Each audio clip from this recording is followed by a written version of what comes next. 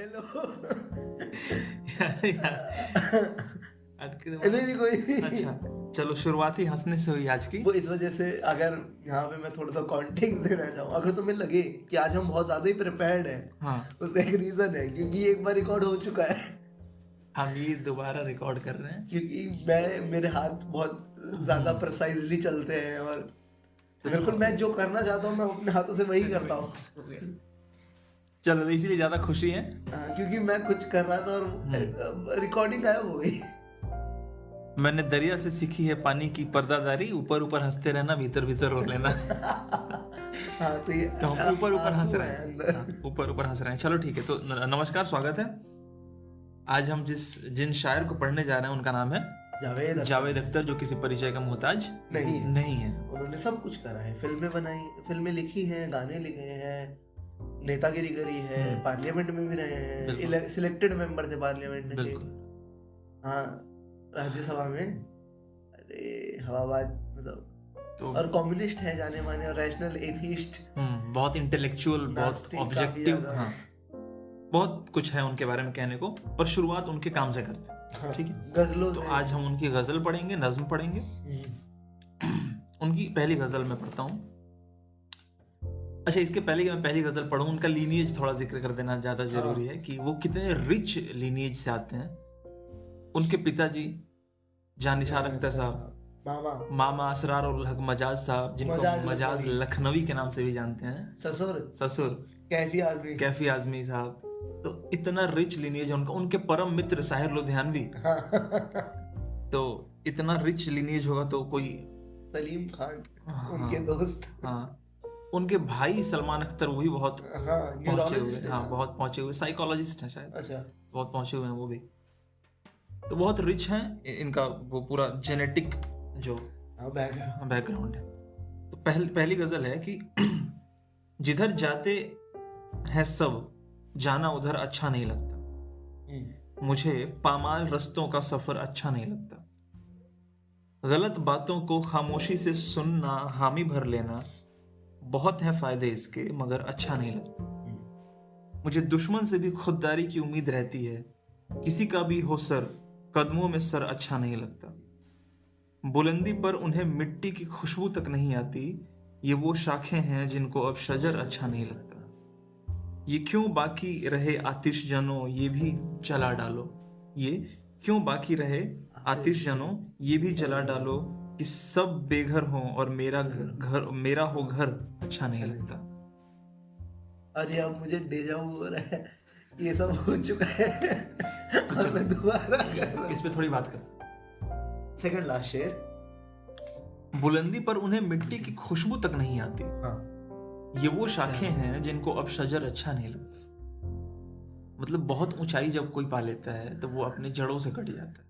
हाँ, मतलब वो अपनी चॉइस से ये कह दे, मतलब अपने हिस्ट्री को, अपने पास्ट को भूल जाता है, काट लेता है, और वही उन्हें नफरत हो, जिनकी हेल्प से वो यहाँ पहुंचे हैं, आज उन्हें वही बुरे लगे। बिल्कुल। और वो है ना कि लोग व्हाट्सएप पे जो ज्ञानवर्धक बातें भेजते हैं, उनमें एक बात बहुत अच्छी पड़ी थी कि जब आप ऊपर बढ़ रहे हो, जब आप सफलता की बुलंदियों को छू रहे हो, तो रास्ते में जो लोग मिले उन्हें भूलिएगा मत कभी, क्योंकि जब आप उतर रहे होंगे ना, तो वही लोग वापस मिलेंगे।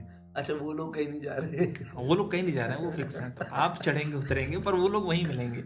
और ये वो जो है ना, जो लोग रुके हुए हैं, ये वही है जिसने व्हाट्सएप करा है 5 बजे सुबह।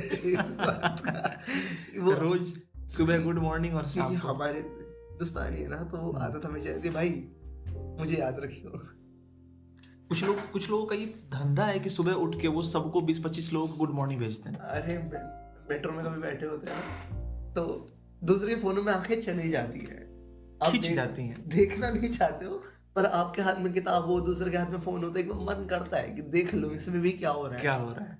तो एक अंकल, स्वेयर टू गॉड, कोई मजाक नहीं है, झूठ नहीं, वो बैठ के 100 बार जय श्री राम जय श्री राम जय श्री राम जय श्री राम, जय बाबा की सबको लिख रहे थे, एक इंसान को।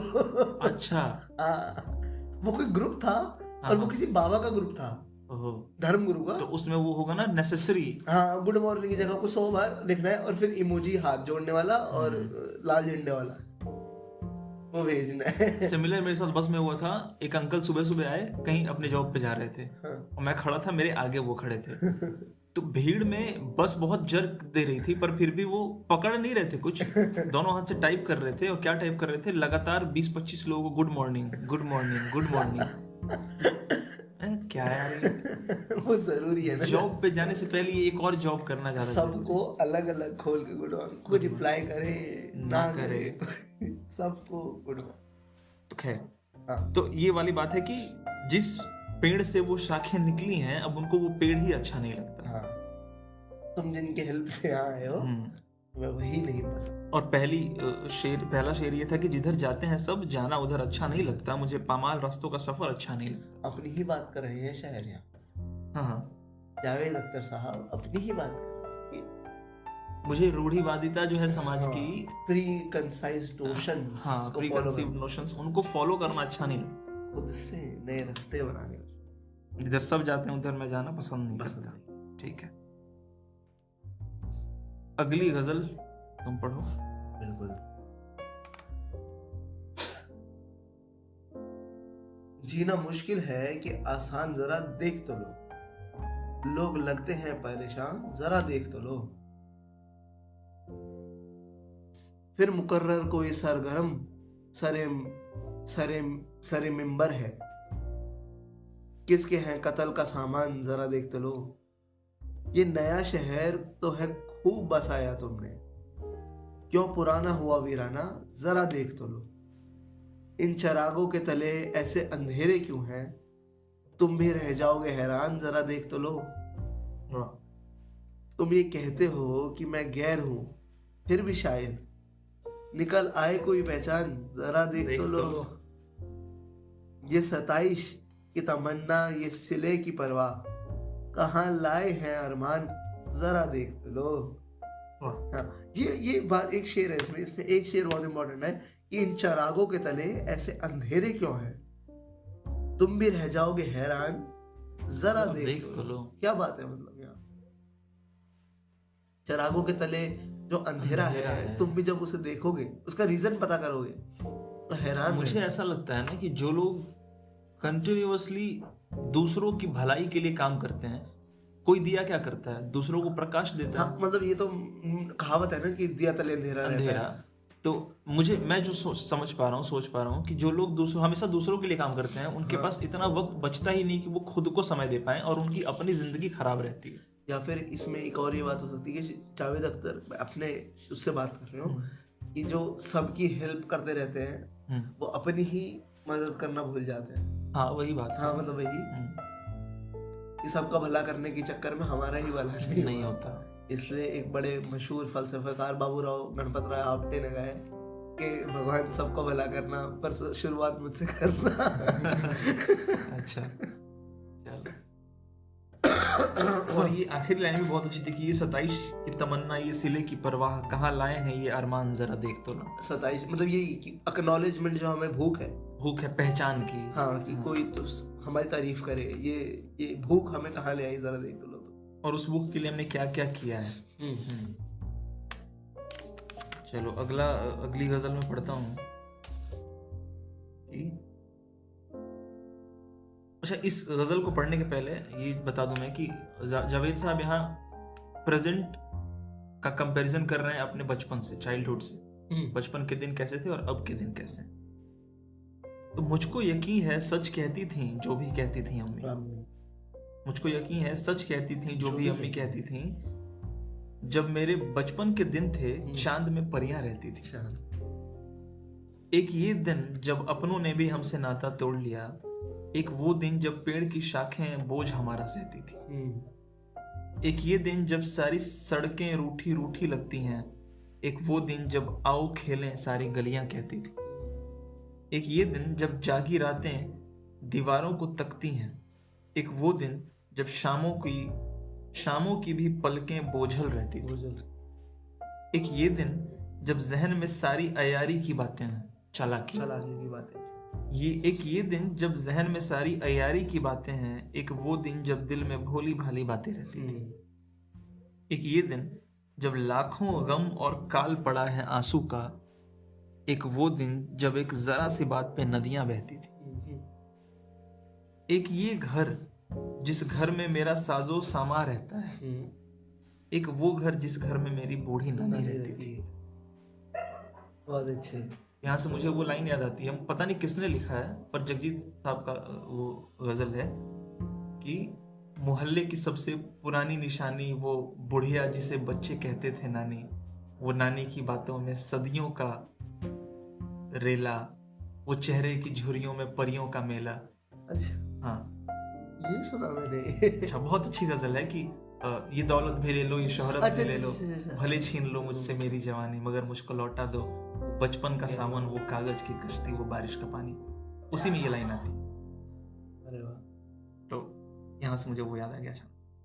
पर इसमें वो जो मासूमियत है ना, इसमें हाँ, बचपन इस गजल में बहुत मासूमियत है। एक्चुअली कंपैरिजन की तरह है ना कि देखो आज हम क्या घटिया लोग बन गए हैं, लालची, मतलबी। बिल्कुल। पर देखो एक टाइम में कितना मासूम प्योर होते थे। एक समय था जब चांद पे परियां रहती थी, चंदा मामा दूर के, कि हम कुछ भी मान लेते थे ना बचपन में। हम चालाकियां नहीं सीखे थे, हम हमारे अंदर कंडीशनिंग अभी नहीं हुई थी। अगली गजल पढ़ो भाई।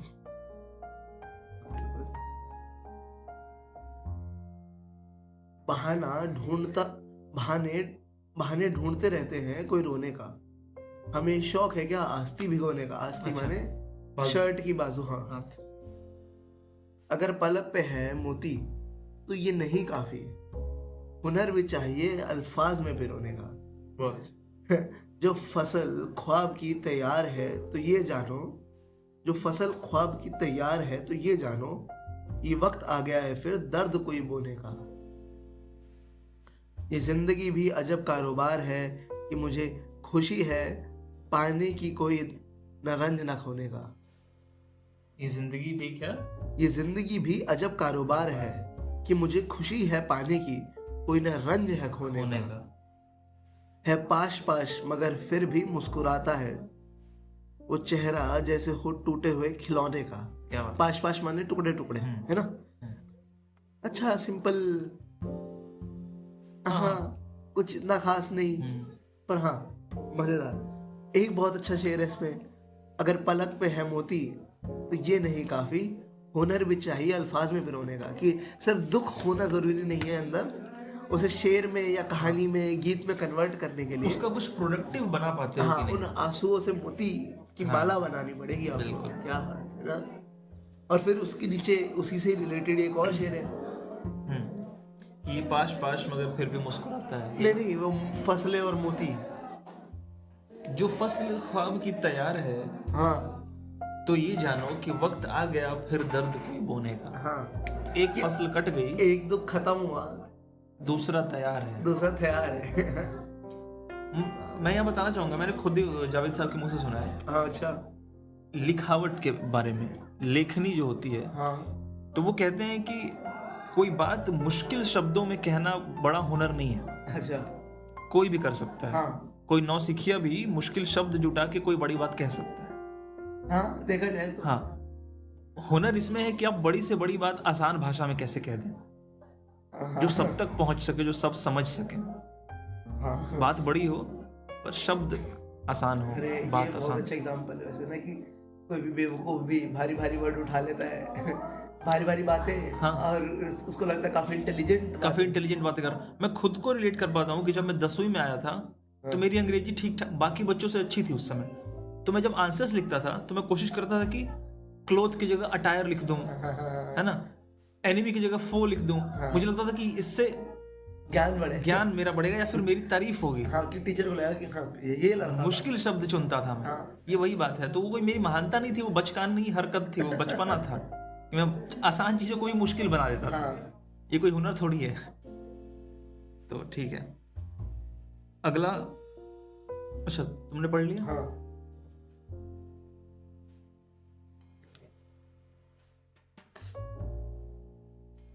अगली गजल है कि कभी कभी मैं ये सोचता हूं कि मुझको तेरी तलाश क्यों है, कि जब है सारे ही तार टूटे तो साज में इर्तियाश क्यों है।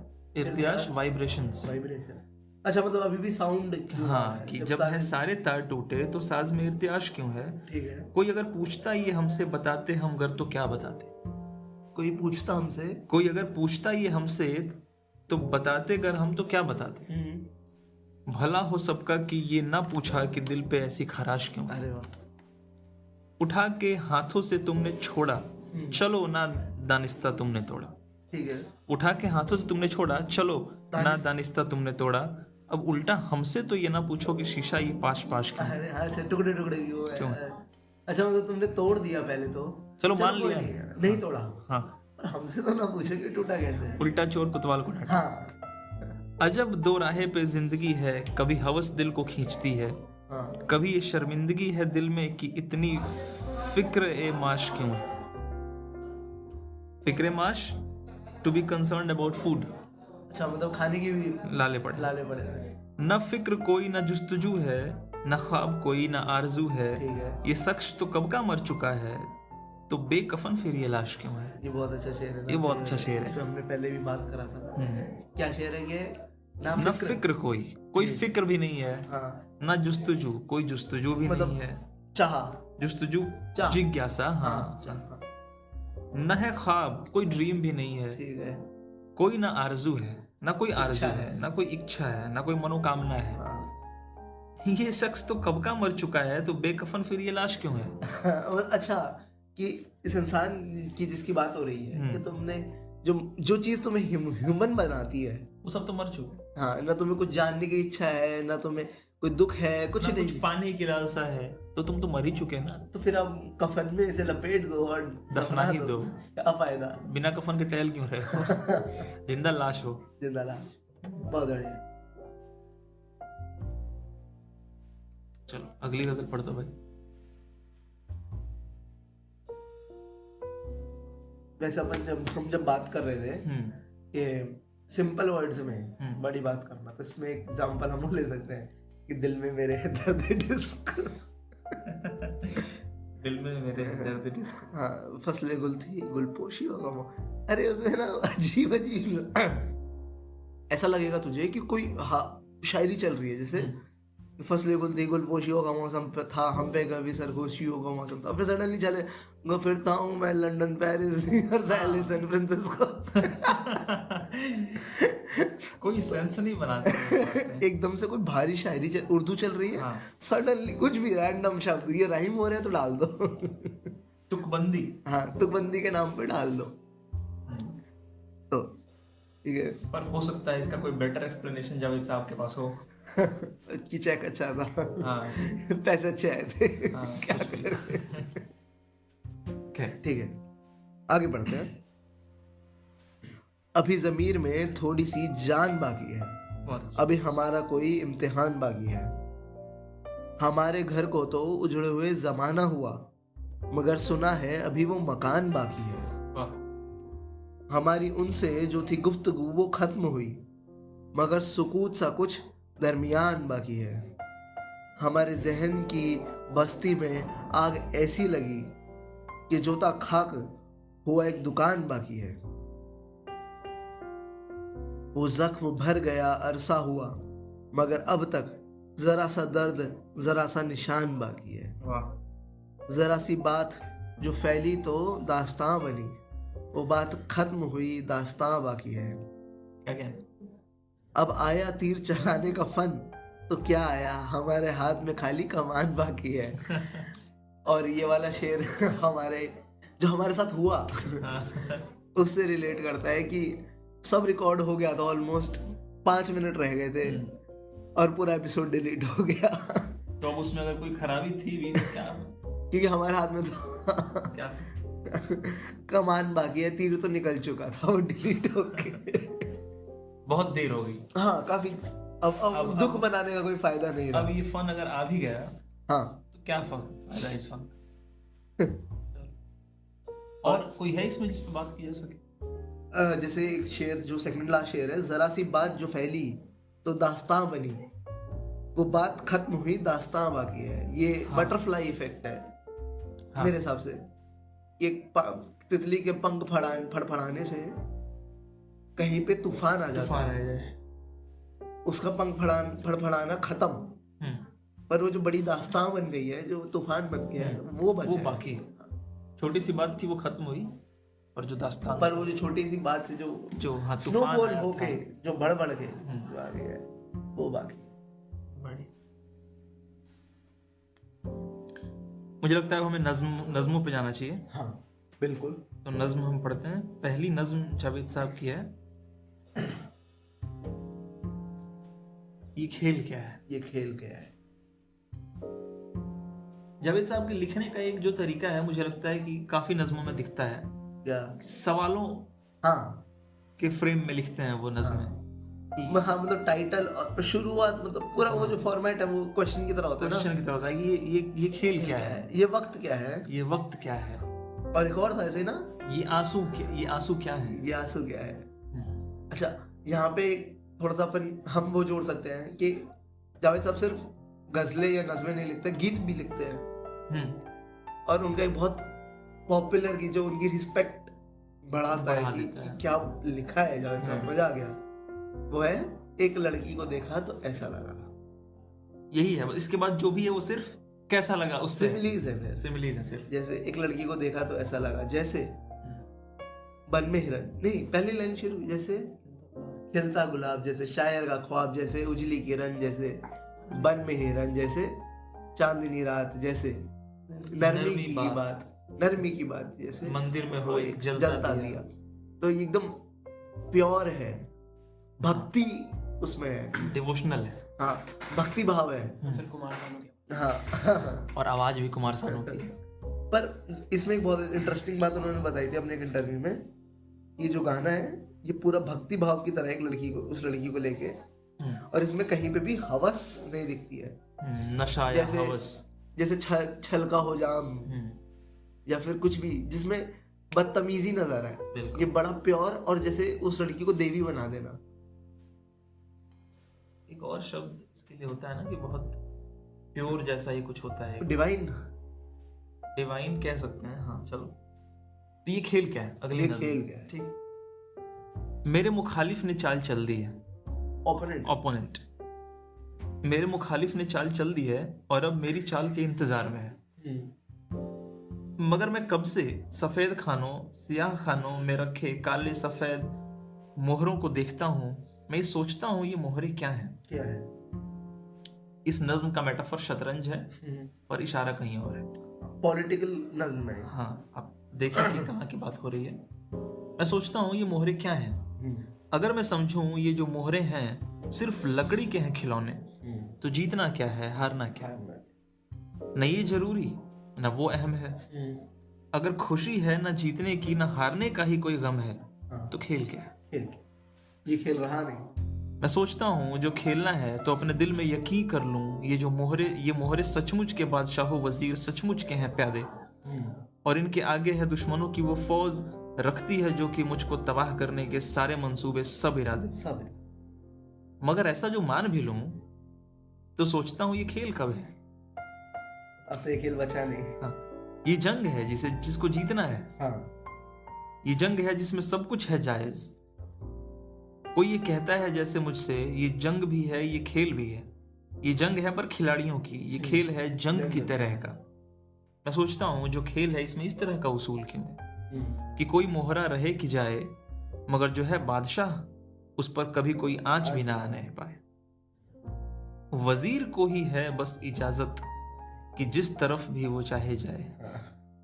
मैं सोचता हूँ जो खेल है इसमें इस तरह का उसूल क्यों है, प्यादा जो अपने घर से निकले पलट के वापस न जाने पाए। मैं सोचता हूँ अगर यही है उसूल तो फिर उसूल क्या है। अगर यही है ये खेल तो फिर खेल क्या है। मैं इन सवालों से जाने कब से उलझ रहा हूँ। मेरे मुखालिफ ने चाल चल दी है और अब मेरी चाल के इंतजार में। क्या बात। और शुरुआत और एंड दोनों सेम उस पे है। मेरे मुखालिफ ने चाल चल दी है और अब मेरी चाल के इंतजार में।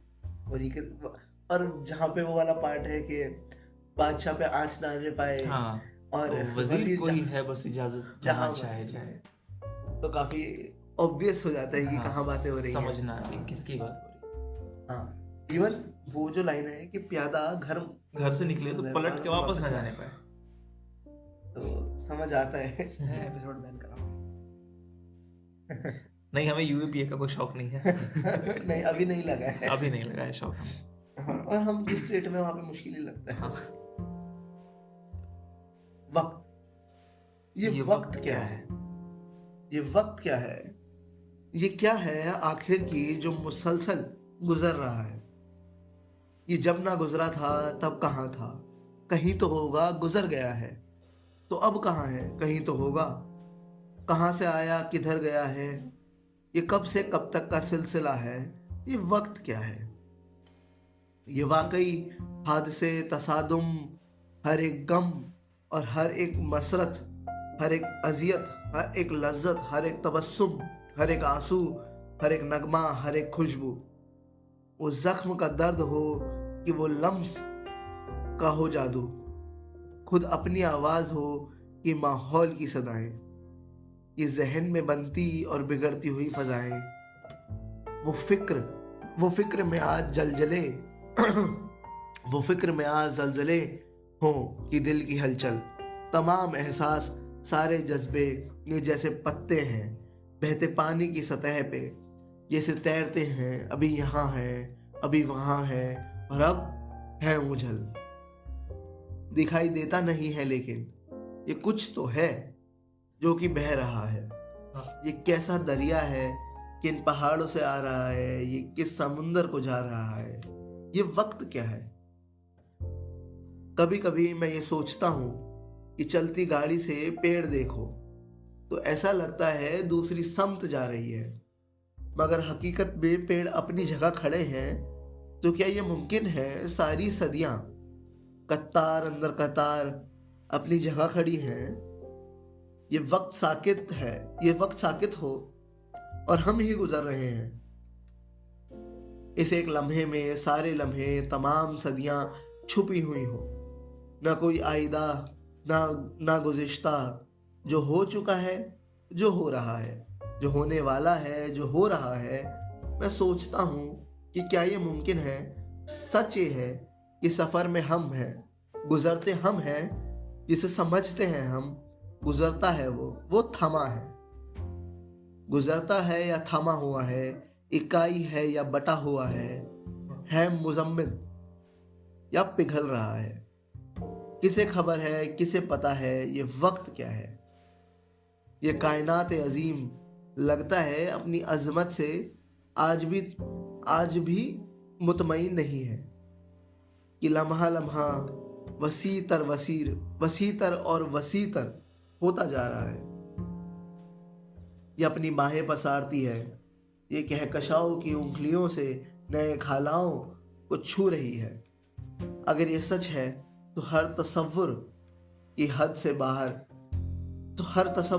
बाहर, मगर कहीं पर यकीनन ऐसा कोई खला है कि जिसको इन कहकशाओं की उंगलियों ने अब तक छुआ नहीं है। खला जहां कुछ हुआ नहीं है, खला कि जिसने किसी से भी कुन सुना नहीं है, कुन जहां अभी तक खुदा नहीं है, वहां कोई वक्त भी ना होगा। ये कायनात अजीम एक दिन छुएगी इस अनछुए खला को और अपने सारे वजूद से जब पुकारेगी कुन, तो वक्त को भी जन्म मिलेगा। अगर जन्म है तो मौत भी है। मैं सोचता हूँ ये सच नहीं है कि वक्त की कोई इब्तिदा है ना इंतहा है। ये डोर लंबी बहुत है, लेकिन कहीं तो इस डोर का सिरा है। अभी ये इंसान उलझ रहा है कि वक्त के इस कफस में पैदा हुआ, यही वो पला बड़ा है। मगर उसे इल्म हो गया है कि वक्त के इस कफस से बाहर भी एक फिजा है। तो सोचता है, वो पूछता है, ये वक्त क्या है?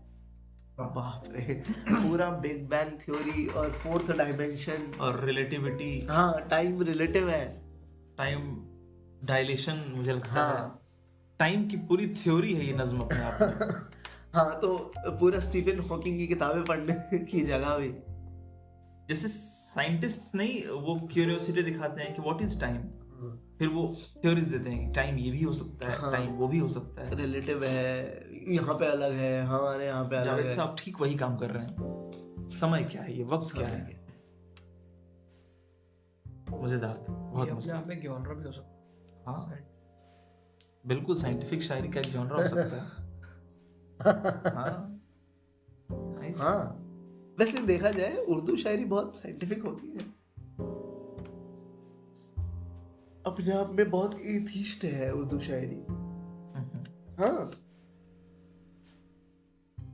क्योंकि अगर बड़े बड़े उर्दू के शायरों को पढ़ोगे तो वो तो बिल्कुल ही नास्तिक ही है। नया हुक्मनामा, अगली नज्म का नाम, अगली नज्म नया हुक्मनामा, न्यू ऑर्डिनेंस। हाँ एक बात पहले बता दूं कि इस नज्म में एक पार्ट आता है, वो एक शेर से इंस्पायर्ड है। वो शेर है कि चमन में इख्तलात रंग बू से बात बनती है, हम ही हम हैं तो क्या हम हैं, और तुम ही तुम हो तो क्या तुम हो। अब जरा तुम ढूंढना कि वो बात कहाँ है। हाँ वो बात कहाँ है। और इस शायरी जो अभी गौरव ने पढ़ा उसका मतलब था कि गार्डन में अलग अलग फूलों के फूल और खुशबू और ये सब के मिलने से एक अच्छा गुल तैयार होता है, अच्छा गुलिस्तान तैयार होता है। सिर्फ हम ही हमें तो क्या हम है, तो एक ही टाइप के फूल होंगे पूरे गार्डन में तो क्या लगेगा फिर। तो बस ढूंढना मजा आएगा। चल नया हुक्मनामा। किसी का हुक्म है सारी हवाएं हमेशा चलने से पहले बताएं कि उनकी समत क्या है, डायरेक्शन किधर जा रही हैं। हवाओं को बताना ये भी होगा चलेंगी अब तो क्या रफ्तार होगी। हवाओं को ये इजाजत नहीं है कि आंधी की अब इजाजत नहीं है। हमारी रेत की सब ये फसीलें हैं, ये कागज के महल जो बन रहे हैं, हिफाजत उनकी करना है जरूरी, और आंधी है इनकी पुरानी दुश्मन, ये सभी जानते हैं। किसी का हुक्म है दरिया की लहरें जरा ये सरकसी कम कर लें, अपनी हद में ठहरें। उभरना फिर बिखरना, फिर बिखर कर फिर उभरना, गलत है उनका ये हंगामा करना। ये सब है सिर्फ वहशत की अलामत, बगावत की अलामत। बगावत तो नहीं बर्दाश्त होगी, ये वहशत तो नहीं बर्दाश्त होगी। अगर लहरों को है दरिया में रहना तो उनको होगा अब चुपचाप बहना। किसी का हुक्म है इस गुलिस्तां में बस एक रंग के ही फूल होंगे, कुछ अफसर होंगे जो ये तय करेंगे गुलिस्तां किस तरह बनना है कल का। यकीनन फूल तो एक रंगी होंगे, मगर ये रंग होगा कितना गहरा कितना हल्का, ये अफसर तय करेंगे। किसी को ये कोई कैसे बताए गुलिस्तां में कहीं भी फूल एक रंगी नहीं होते, कभी हो ही नहीं सकते। कि हर एक रंग में छुपकर बहुत से रंग रहते हैं। जिन्होंने बाग एक रंगी बनाना चाहे थे उनको जरा देखो, कि जब एक रंग में 100 रंग जाहिर हो गए हैं तो कितने परेशान कितने तंग रहते हैं। किसी को ये कोई कैसे बताए हवाएं और लहरें कब किसी का हुक्म सुनती हैं। हवाएं हाकिमों की मुट्ठियों में, हथकड़ी में, कैद खानों में नहीं रुकती। ये लहरें रोकी जाती हैं तो दरिया कितना भी हो पुरसुकूं बेताब होता है, और इस बेताबी का अगला कदम सैलाब होता है। ये भी थोड़ी साइंटिफिक। अरे इसमें साइंटिफिक वाला पार्ट पता क्या है? एक रंग में कितने और रंग अंदर। जेनेटिक मेकअप जो होता है ना, डोमिनेंट और रिसेसिव, डोमिनेंट और रिसेसिव जो ट्रेड्स होते हैं जो थर्ड जनरेशन में बाहर आते हैं, कितने तरह के ट्रेड्स छुपे होते हैं, 40, 60, 64, 64 टाइप के। हाँ उससे भी ज्यादा। वो कब डोमिनेंट होंगे कोई नहीं जानता, किस जनरेशन में डोमिनेंट हो जाएं। ऐसे होता है। इस नज़्म में गजल है, ये नज़्म है। इस नज़्म में ऑलमोस्ट 5th या 6th क्लास की सारे सब्जेक्ट कवर कर लिया।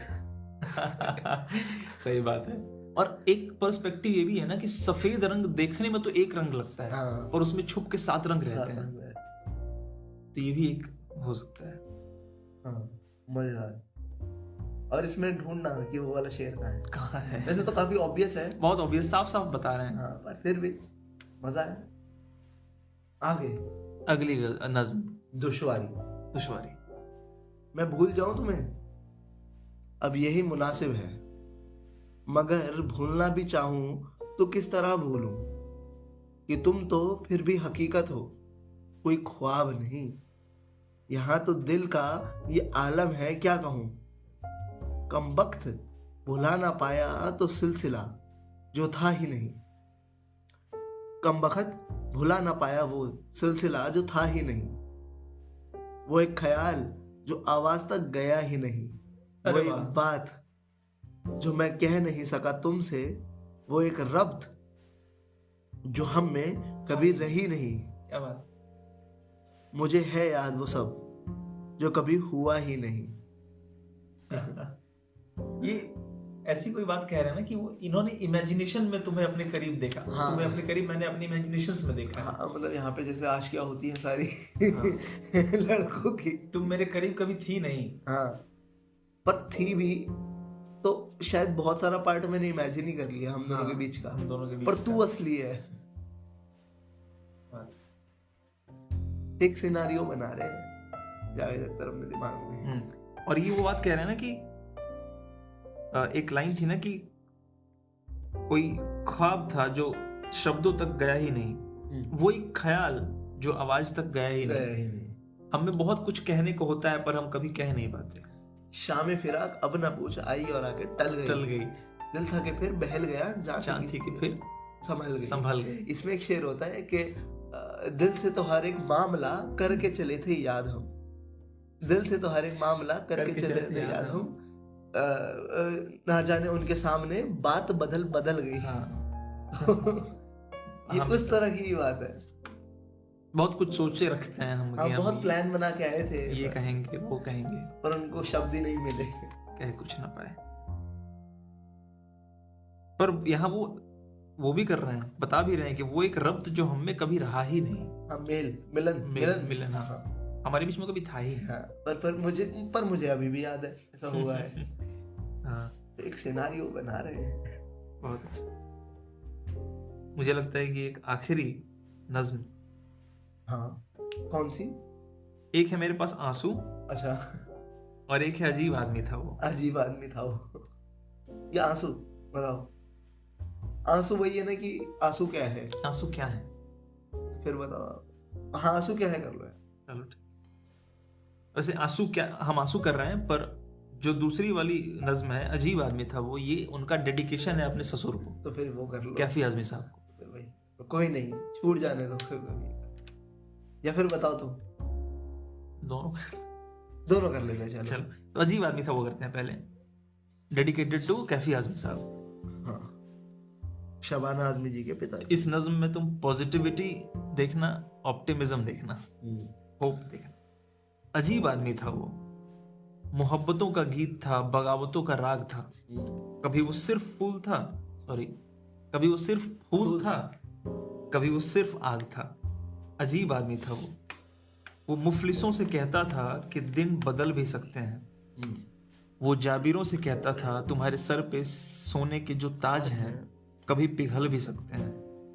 वो बंदिशों से कहता था मैं तुमको तोड़ सकता हूँ, सहूलतों से कहता था मैं तुमको छोड़ सकता हूँ, हवाओं से कहता था मैं तुमको मोड़ सकता हूँ। वो ख्वाब से कहता था कि तुझको सच करूंगा मैं। हाँ। वो आरजुओं से कहता था मैं तेरा हमसफर हूं, तेरे साथ ही चलूंगा मैं। तू चाहे जितनी दूर भी बना ले अपनी मंजिलें, कभी नहीं थकूंगा मैं। वो जिंदगी से कहता था कि तुझको मैं सजाऊंगा, तू मुझसे चांद मांग ले मैं चांद तक लेके आऊंगा। वो आदमी से कहता था कि आदमी से प्यार कर, उजड़ रही है ये जमीन, कुछ इसका अब श्रृंगार कर। अजीब आदमी था वो जिंदगी के सारे गम, तमाम दुख, हर एक सितम से कहता था मैं तुमसे जीत जाऊंगा, कि तुमको तो मिटा ही देगा एक रोज आदमी, भुला ही देगा ये जहां, मेरी अलग है दास्तां। वो आंखें जिनमें ख्वाब हैं, वो दिल है जिनमें आरजू, वो बाजू जिनमें है सकत, वो होठ जिन पे लफ्ज हैं, रहूंगा उनके दरमियां कि जब मैं बीत जाऊंगा। अजीब आदमी था। अजीब आदमी, बहुत अच्छे। Poetry of positivity. हाँ, ये बहुत अच्छी है। वो सहूलतों से कहता था कि छोड़ दूंगा तुम्हें। सहूलतें मतलब शायद वो अच्छे हालात। हाँ, तो कैफी आजमी साहब कहते थे अच्छे हालात भी हमारे रहे ना रहे, हम उन्हें छोड़ सकता हूँ मैं तुमको छोड़ सकता हूँ। सहूलतें, कन्वीनियंस। हाँ, वही अच्छे हालात, कंफर्टेबिलिटी। तो आंसू आखिरी नज्म,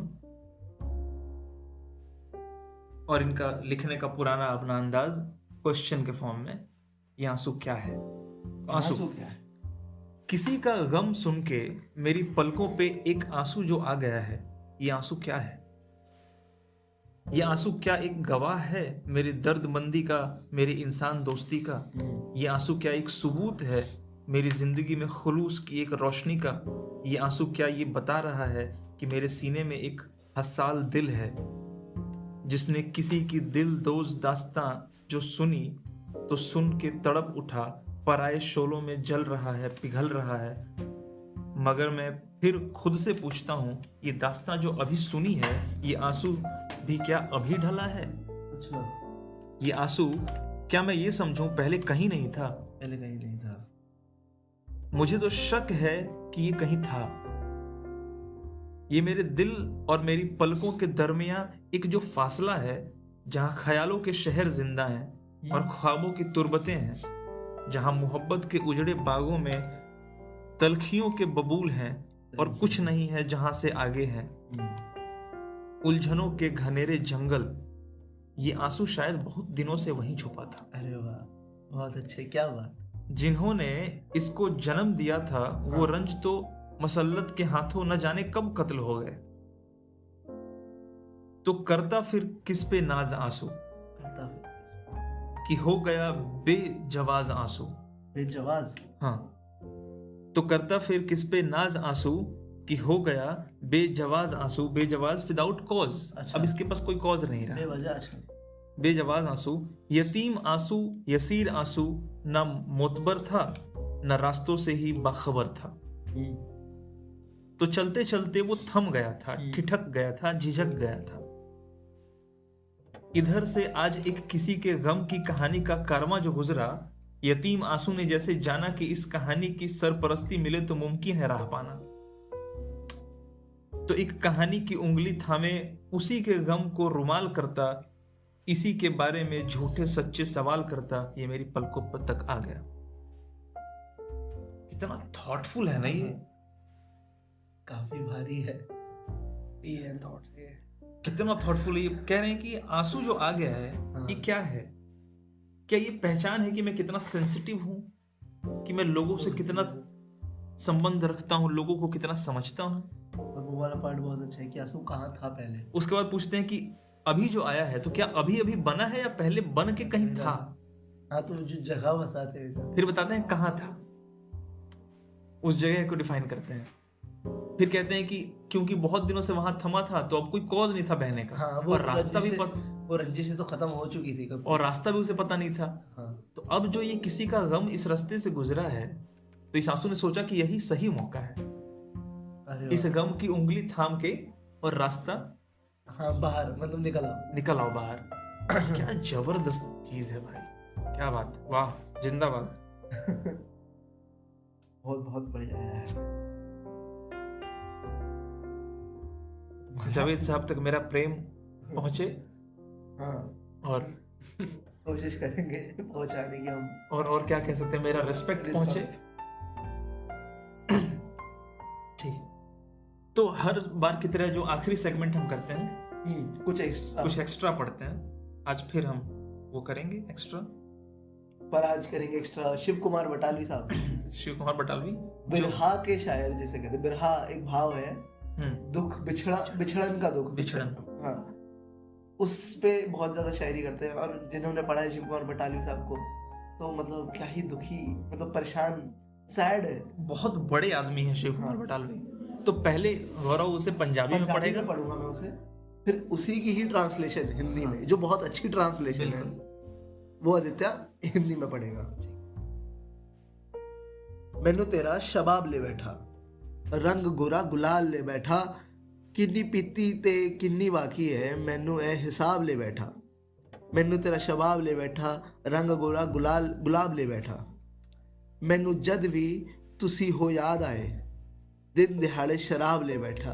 मैनू तेरा शबाब ले बैठा, रंग गोरा गुलाब ले बैठा, चंगा हुंदा सवाल ना करदा, मैनू तेरा जवाब ले बैठा। क्या बात। मैनू तेरा शबाब ले बैठा, रंग गोरा गुलाब ले बैठा, जद कदी वेल, मतलब किसी भी टाइम, जब किसी भी समय, जद कदी वेल मिली फरजा तो तेरे मुख दी किताब ले बैठा, मैंने तेरा शबाब ले बैठा, रंग गोरा गुलाब ले बैठा। क्या इंसान थे। हाँ, शिव कुमार बटालवी साहब इतने कॉम्प्लेक्स है ना, इतने मुश्किल है।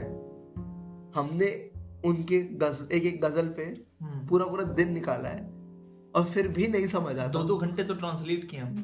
हाँ, पहले पंजाबी से हिंदी और फिर हिंदी को तोड़ो कि ये भाई कहा क्या जाए, क्योंकि वो इतना नेचर को यूज करते हैं ना, पहाड़, जंगल और लड़कियों के बारे में जो उनकी तारीफें करते हैं, और जो समाज की कुरीतियों के बारे में भी लिखते हैं। हाँ, और जो औरतों का दुख वो समझते हैं ना, वो बहुत मुश्किल है। मैंने तो जिस दिन वो हमने समझा था ना, वो भ्रूण हत्या पे, जो भ्रूण हत्या, वो तो मेरे दिल के आर पार जैसे तीर चला गया वो, बिल्कुल। भूल नहीं पाया था मैं 4-5 दिन तक वो बात कि यार मुझे भी बहुत जोर से लगी थी, बहुत जोर की लगी थी, बिल्कुल। क्योंकि आप एक्सपेक्ट नहीं करते हो ना ऐसा कुछ होगा, और वो फिर उसके बाद कभी पढ़ेंगे हम वो। हाँ, उसको पढ़, शिव कुमार बटालवी जी को ही पढ़ना चाहिए एक बार। तो चलो इसका हिंदी ट्रांसलेशन में पढ़ता हूँ, अनुवाद इसका। मुझको तेरा शबाब ले बैठा। शबाब कहते हैं जवानी, खूबसूरती, जवान जो जिस्म होता है। मुझको तेरा शबाब ले बैठा, रंग गोरा गुलाब ले बैठा। दिल का डर था कहीं ना ले बैठे, ले ही बैठा जनाब, ले बैठा। अच्छा। जब भी फुर्सत मिली है फर्जों से, तेरे रुख की किताब ले बैठा। तेरे चेहरे की किताब ले बैठा। कितनी बीती है कितनी बाकी है, मुझको इसका हिसाब ले बैठा। मुझको जब भी है तेरी याद आई, दिन दहाड़े शराब ले बैठा। अच्छा होता सवाल ना करता, मुझको तेरा जवाब ले बैठा। शिव को एक गम पे ही भरोसा था, गम से कोरा जवाब ले बैठा। कोरा जवाब, सफेद। अच्छा, किन्होंने अगर ट्रांसलेशन ये लिखा है? ट्रांसलेटर अर्श सुल्तानपुरी। हाँ, तो भाई उनको भी बहुत सारा क्रेडिट। मुझे अर्श साहब से मजरू सुल्तानपुरी की याद आ गई, कभी उन्हें भी पढ़ते हैं। हाँ, मजरू सुल्तानपुरी बहुत बड़े। हाँ, तो फिर प्रिपेयर भी तो उस हिसाब से करना पड़ता है। फिर हम गालिब को और कुछ लोग पढ़ने में डर रहे हैं। हाँ, गालिब तो क्योंकि प्रिपरेशन बहुत बड़ी चाहिए। और गालिब सिर्फ गजलें या नज़्में लेके नहीं आता, गालिब अपने साथ 50 कहानियां भी लेके आता साथ में। क्योंकि हर गजल के पीछे कहानी है। गालिब की पूरी जिंदगी एक फिल्म है ना, फिल्म है। हाँ, क्योंकि गालिब पढ़ेंगे तो फिर ज़ौक़ के बारे में बताना पड़ेगा, फिर बहादुर शाह जफर के बारे में बताना, और फिर उनका पूरा टाइमलाइन किस किस से लड़ते थे वो, उनके शौक बताने पड़ेंगे। हाँ, टॉम बॉय जिन, अजीब शौक थे उनके। टॉम बॉय जिन बतानी पड़ेगी। ओल्ड टॉम जिन। हाँ, ओल्ड टॉम जिन, वो भी गुलाब जल के साथ। जी। तो आज ये खत्म करें, आज यही समाप्त करते हैं। फिर मिलेंगे। धन्यवाद।